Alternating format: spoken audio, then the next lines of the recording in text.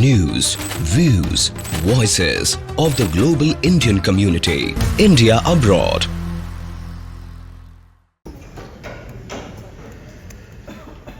So let's start with really what's on your mind today. What do you think are the major issues that you're most involved with and excited about seeing? So I'm talking the big picture first, and then we'll come back to the U.S.-India Strategic Partnership Forum. Well, first let me... By the way, your Wall Street Journal article was excellent on your trip through Asia. Yeah, It's really well done. Thank you. So we were just about to hit the first question, which I was going to give to Dan in terms of what's on your mind this evening, that when you look at everything you're doing, what excites you the most? Well, I'll take a crack at this, but first I just want to thank you, John and Stephen. And I'm not kidding, and I don't say this normally in settings in Washington, D.C. These are two of my favorite people, not just in D.C., but in the country. So I'm very honored to be here. And they're great. Thank you. They're great Americans who we've done a lot of work together, a lot of things. And I know you asked the big picture. I do want to tell just one story on the U.S.-India relationship. It was, to me, a really kind of special moment, kind of sent a chill down my spine. I had invited Ambassador Sarna, our former Indian ambassador to the United States, to come to Alaska in 2017. And we hosted him in the summer. It was great. We had this great kind of agenda for him. And we were at a reception at a friend of mine's home in Anchorage. Beautiful place, overlooking Cook Inlet. You know, John comes up to Alaska quite a lot, so he understands. It's just gorgeous. And we were both talking, and somebody asked me, well, you know, you have the Indian ambassador to the United States here. What's the vision? And I said, the vision is the world's biggest democracy and the world's oldest democracy have to do much more strategically together. That's the vision. Okay, and I'm not kidding. What happened next, probably only can happen in Alaska, maybe Montana. A bald eagle flew into this reception. It was an outdoor reception, and it was, if you've seen a bald eagle up close, they're huge, right? 6-7 foot wingspan. And it lands right on a tree above the ambassador's head. Now, you know, the ambassador is a very tall guy, right? And I thought this bald eagle was gonna kind of swoop in, and it just plotted, and the whole place was like, whoa. So, and then at the end, they're like, hey, did you Alaskans cue that? Like, was that a cue? Is that how it works up here? So I think in the setting here, that's our goal. It's certainly my goal. We've been working on it for a long time. There's no one's working that issue harder than John Chambers, but to me, that is a really important goal that we should be continuing to pursue. Steve, the same question, and understand these are very dear friends. And thank you for allowing me to call you both by your first name on it. The key things that are on your mind today, and then we'll begin to lay the groundwork for why the relationship between India and the U.S. is so important. You would start with the big picture and then bring it back to that topic. Well, thank you. I'm glad I can call you John, not Mr. Chambers as well. John's been a hero of mine. I once upon a time was in the cloud computing business. As part of the startup, took the company public and then sold to Larry Ellison once upon a time. Before that, I was with Procter & Gamble and lived in China for 6 years, launching brands over there. We took my sweet wife, Cindy, and I've been married 37 years. We took 2 little ones over there with us as early expats, launching American brands there in China, and we came home with 2 more kids. We had 2 kids born in China. My son likes to say he was made in China, he says, so that was, he has a pretty good sense of humor. He's a scratch golfer and a good kid, but I just have so much appreciate, John, talking with you and just thinking strategically about what's going on in the world. And I say this about my very good friend, Dan Sullivan, that goes back, we were elected together back in 2014. But let me tell you something about Dan Sullivan. A colonel in the Marine Corps. My father was in the Marine Corps as well. And Dan, thanks for your service as well to our country in the United States. Well, this is a very important moment, John. I think globally, it's so important here that we have clarity around who the good guys are and how we want to perpetuate these relationships and strengthen relationships. And the good guys are the United States and India. It's very important to think about what we need to do with India is bring the Quad relationship closer and push away the BRICS side of this. We want India and the United States to be the very best of friends with the deepest relationship.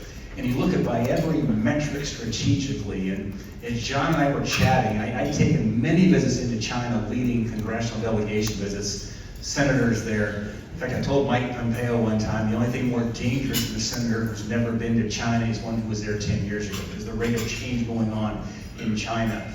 But the strategic pivot, the important role that India plays, as Dan just mentioned, the largest democracy in the world, the largest population in the world. My father, 85 years old, his life was saved by an Indian doctor at MD Anderson. I'm very, very thankful for that, to be more, we have more doctors coming from India than any other country. Grateful for what they do, not only their incredible expertise, but also their compassion in terms of the relationship that we've been able to build with this great doctor. So it's very personal as well, John, for me, as I see what's happening. And with what's going on in the world, it's very important now that China is watching what we are doing with India, and we draw this relationship into much, much closer quarters. So Dan, maybe following on the China comment, you've just been over there, you focus very much on the armed services in our country. You were the only member of the armed services in the Senate until you retired recently on it. How do you view the relationship, and how important is India strategically to us, and maybe some of your takeaways from your recent trip to Asia? So John, I think, I think it's really important to recognize we're in this new era of authoritarian aggression that's led by Xi Jinping and Putin and the Ayatollahs in Iran and Kim Jong-un in North Korea. They're all working together, right? We know that. And they're not, and a lot of these countries are motivated by historical grievances. They take aggressive actions based on those. They have no compunction about invading their democratic neighbors. And I think this new era, it's really a return to the era of authoritarian aggression, is going to be with us for years and decades to come. And from the U.S. perspective, I think we need to face this with strategic resolve and confidence. And the reason we should have confidence is because our strategic advantages relative to these dictatorships are so significant. And one of them, one of the most important, is our network of allies that we have worked with for decades, based on the same values. And that's where I think the strategic relationship between the United States and India is so important, because we share the same values and we share the same strategic interests. I always like to mention, when you think about vulnerabilities of these dictatorships, one of the biggest is that they fear their own people. They fear their own people. Those dictators will never do what Prime Minister Modi just did, which is stand for elections and let the people choose. And the strategic interests, I think, between democracies, Steve mentioned the Quad, to me are something from the United States perspective, but I also believe India, it just makes strategic sense moving forward. I served in the Bush administration under Condoleezza Rice. I was one of her assistant secretaries of state, focusing on the economic, energy, finance, trade issues in the State Department. As a matter of fact, I just had lunch a couple days ago with Condi out at Stanford. And when you look at what the Bush administration did, that was really in many ways a kind of turning point in the U.S.-India relationship with the U.S.-India civil nuclear agreement. Secretary Rice, of course, played a really important role on that. And then we did, during the Bush administration, launch the Quad. But that kind of took a little nap, I think, during the Obama years. The Trump administration tried to re-energize that. And the Biden administration, to its credit, has now moved that to the leader level. And to me, when you look at the biggest democracies in the Indo-Pacific and what we can do together, Australia, India, the United States, and Japan, it is a huge strategic imperative that I think we need to double down on. One of the big areas that I care a lot about as Alaska Senator is energy. Think about what we can be doing, just those 4 countries with regard to energy. All forms of energy, oil, natural gas, renewables, the high technology that goes into some of the renewable sector. That is another area that I've been pressing the Biden administration on. Hey, you need to deepen and broaden and make more concrete the relationship in the different areas of the Quad. And to me, energy is one that has enormous upside benefits. Just in the area of LNG, just think of that. The United States and Australia are 2 of the biggest exporters of LNG. Japan is one of the biggest importers. Clean burning American energy can do so much, I think, favorably with regard to India as it builds out its natural gas sector, which I think is really important. So these are just some ideas, but the key reason why the strategic relationship, from my perspective, is imperative but also gaining ground is at the end of the day we share the same values, and that's the most enduring relationships that you can have anywhere in the world. You know, you kind of touched on it, Dan, and Steve, I'm going to ask you to follow up any additions you'd like to make to the comments, but part of any political scenario is what does this mean to our local citizens? And we all understand the big picture. But when you think about it, you're explaining to the citizens of Montana, you come from a startup state. You've got more high-tech startups growing at a faster rate than almost any other state in the nation. You came with a business background, etc. But what does it really mean when you talk to citizens of Montana, why this relationship is important, but beyond the geopolitical issues, the economic growth issues? Well, John, thank you. And if you ever watch the show Yellowstone or see what's going on on TV, you're going to see why people want to move to Montana and Alaska. They're 2 beautiful places. And the best talent is going to want to live in the most beautiful places. And so suddenly you've got a place like Montana where our quality of life is becoming now an important way to attract and retain some of the best talent in the world. Because you're just minutes away from some of the best fly fishing, some of the best hiking, some of the best mountain climbing, the skiing in the United States. But when it comes from a Montana perspective, our #1 industry is agriculture. So we have this high-tech side of us now that is exciting, but agriculture is our largest economic driver. And so many of you may not know that Montana is the #1 producer of pulse crops in the United States. And so we've been working with the Indian government about how do we reduce tariffs there to open up more trading opportunities for pulse crops. And I'm very pleased we had some great traction there. We now have a level playing field with other countries around the world as it relates to pulse crops. So that's a very tangible, important piece for Montana because India is the #1 consumer of pulse crops. We're the #1 producer in the United States, so there's a natural place to work together. I'm very grateful. We made some tremendous progress after a visit there in India I made back in 2021. But pivoting back over on the tech side and the innovation side as well.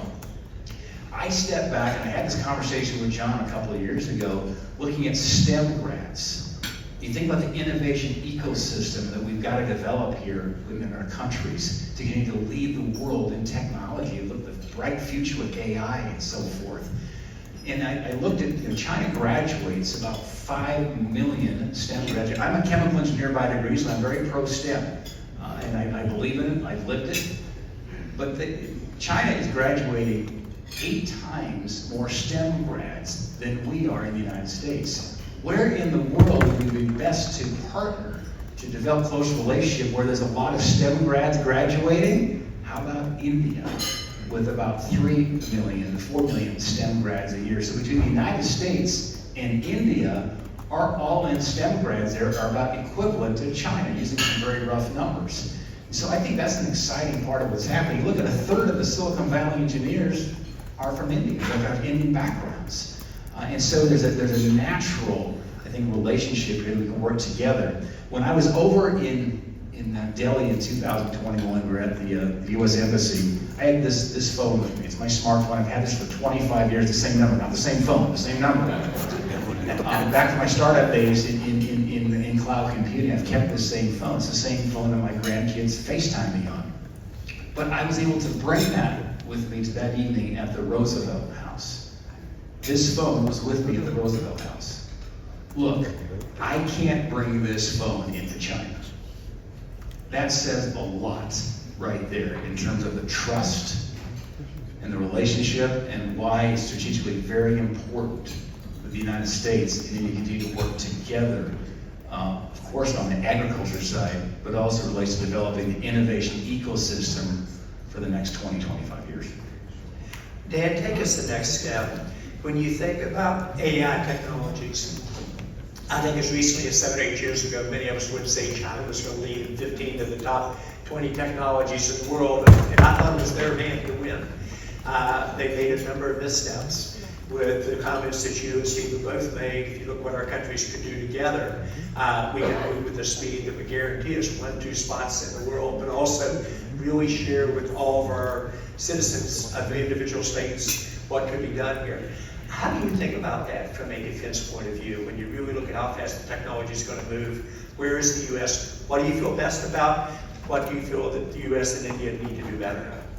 That's a great question, John. And we, on the Senate Armed Services Committee, we just marked up what's called the National Defense Authorization Act, the NDAA. So that bill moves every year into Congress. That's 65 years in a row that bill, that'll be voted into law by the end of this year. So the Senate marked up its version.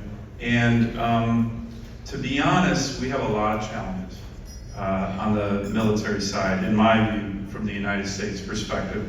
Look, I'm not going to be here to kind of dump all over the current administration, but they have not been, in my view, taken the defense component of our national security nearly seriously enough.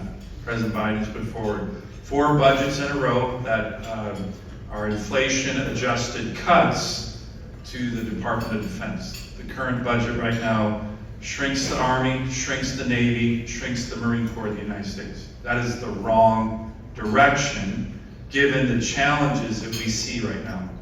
To me, the good news that exists between the U.S.-India relationship on the defense side can cover the whole gambit of what we need in terms of technologies, but also what we need in terms of basic warfighting capability. First, and it's really interesting to see how this happened, but the combatant command that is the top joint forces for the United States used to be called the Pacific Command. 2018, during the Trump administration, we officially renamed that Indo-Pacific Command. And I think that just woke up a lot of people in the United States saying, wait a minute, this isn't just PACOM, as we called it, this is Indo-PACOM, because of India, because of the strategic importance of India. So we are now doing much more military exercises between the United States and India's military. One area that I'm really focused on where we need help. The United States has to do a much better job. Our Navy is shrinking. Our ability to produce Navy warships has atrophied. We have a huge crisis in not only Navy shipbuilding, but Navy maintenance of ships. And what has been happening is, normally for U.S. Navy ships to get heavy-duty maintenance, they come back to the United States. Well, a number of us have been saying, well, wait a minute. If we have U.S. Navy ships in the Indo-PACOM region, why can't they get heavy-duty maintenance with our allies in their shipyards? And that is something that actually in this bill we're authorizing more to do. And we had a couple U.S. Navy ships that recently went through maintenance in India. And that is a smart idea with our allies, right? It makes sense. So that's one area. And then the other area that I think is really exciting, and Steve already mentioned it. I'm kind of out of my league here talking in between two of the smartest tech guys in the country, but it is in this area of technology. We have seen, and I think it's an exciting comparative advantage, again, we have in the United States. We now have a tech community that is very interested in helping with regard to our military. Now, some of you know 10 years ago that wasn't the case. We had a lot of folks in Silicon Valley who were in the tech industry, tech finance, who were kind of saying, hey, Pentagon, we're not interested in helping you. You know, my view on that was it's a free country. You can do whatever you want, but you shouldn't be helping the Chinese and not your own home country. That's changed. And we have so many opportunities now with tech companies who want to make sure our ability to protect ourselves from a national security perspective, to have lethal military forces, is starting to have a lot of interest. It's a huge comparative advantage we have over China, over Russia, but we need to do it with our other tech-savvy allies. And I think doing that with India, particularly in the technology space that relates to national security, AI, quantum computing, is a natural next step that we all should be working on. Steve, I know that you've got to make another commitment, and I've taken up more of your time than I asked for, but I'd love both of your closing thoughts. Perhaps first on where do you see this relationship 10 years from now? And then secondly, maybe ask the audience, or give us constructive feedback on what you think we can do better in effecting interfacing to our government, to India, getting our messages out. Your thoughts? Well, first of all, thank you, John. And I think the story of India is an undertold story. I think we need to get out there and tell the story of what's going on in India. I think there are perceptions of India that are not aligned with the reality of what's happening. When I come back from my visit to India, it's been jaw-dropping, truly, to see the incredible amounts of innovation going on, world class. And I think, maybe to sum it all up, what India has and the United States have, as Dan talked about comparative advantage, you always look at what's the sustainable comparative advantage that allows you to win medium and long term. And I think what sets our two countries apart, first of all, is just the incredible amount of talent. Just the human capital is the most important capital of any nation. The fact is, there's incredible human talent in India and the United States. But what sets us apart from maybe the challenge of China is India and the United States are free. We have the rule of law. We share the common values of democracy. That is what allows the innovation ecosystem to long-term win and allows us to succeed. You think about the global challenges. As Dan mentioned, think about BRICS, talking about Russia, China, Iran are players there. This is a moment in the world with tyrants on the rise when we need moral clarity and for the good guys to be getting closer together as we think of what's at stake right now as I said, as a grandfather of 6 little grandchildren, you think a lot about their futures. And I'm optimistic about where capital will continue to go, exchange between the countries. And let's not forget here in the United States, we have a healthcare shortage. We don't have enough doctors. India, the talent that you're being generated there, and the number one source of doctors are coming from India. They're some of the best in the world, and that's something I'm grateful for. Thanks, John. My pleasure. Dan, bring us home. Well, there's a lot of discussion on the issue of values, and I think it's the critical strategic forces going to continue to make the U.S.-India relationship converge even more. And I think we have to work on it. India, sometimes the government can say, hey, we don't want to be aligned with anybody. There's a long history there. We know that. We have to be respectful of that. But I think the values just drive the strategic interest. The thing that I get excited about as an American is the other thing that I think will drive the strategic interest is when you look at the American Indian community. We have senior White House officials who you're going to hear from here in a second. You have people in terms of Nikki Haley running for president, maybe a vice president. I mean, you look at the source of the strength and the rising of this great community in our own country. You know, I just retired from the Marine Corps after 30 years.